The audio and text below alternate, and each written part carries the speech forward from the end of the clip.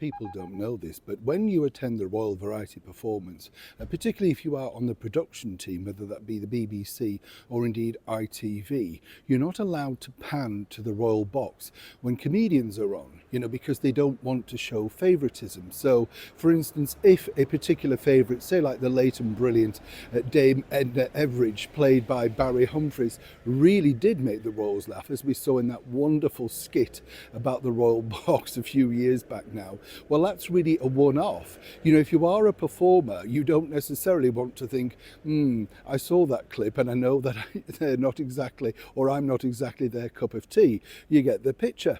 But when you look back in royal history, you see, you do find out, of course, who exactly made our wonderful royal family laugh. A lot of people said that the Queen was very severe, but there was a reason behind this, because again, she didn't want to give too much away for fear of offending others. It was a very tactile sort of way of dealing with things, not to hurt people's feelings.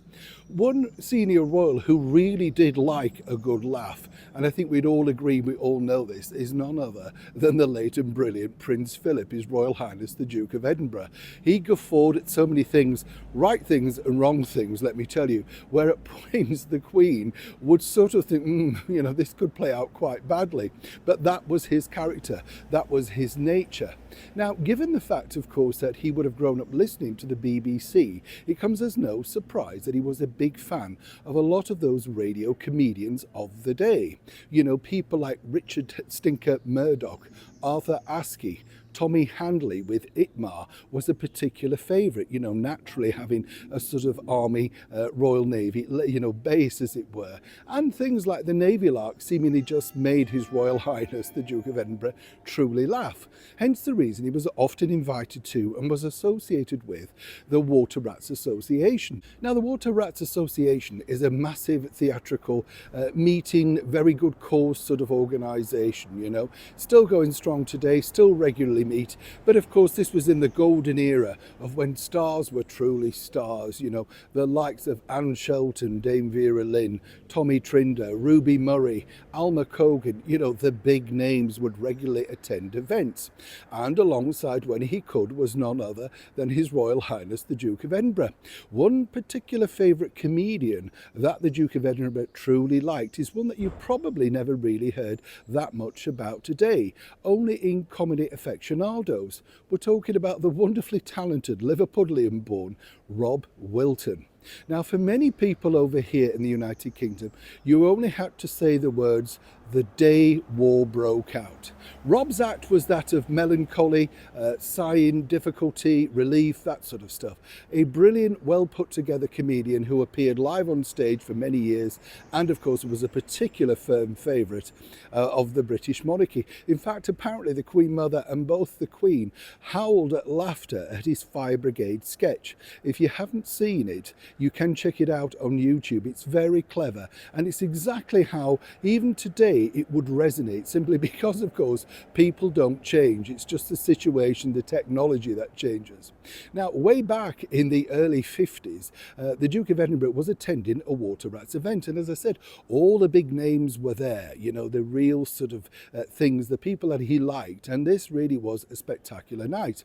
So much so, though, that it went on quite late into the night, and the barman of the venue basically said, look, it's getting up to 2 o'clock now, we don't have a license, and the people here will have to shut it down. Now, what happened, which is just making me smile, and I wanted to share this with you, was over in the corner was Philip's favourite comedian, one of them, Rob Wilton, and because he was getting on a little bit, he was sat in a chair by the fireside, gently dozing off, not many people taking too much notice of him. The picture. Now, what was interesting was when the barman suggested, well, we'll have to go somewhere, apparently Prince Philip said, well, okay, where can we continue this party? It was all going so well. And apparently Rob stirred himself from the chair and basically said, well, how about we get a crate of brown ale and all go back to yours?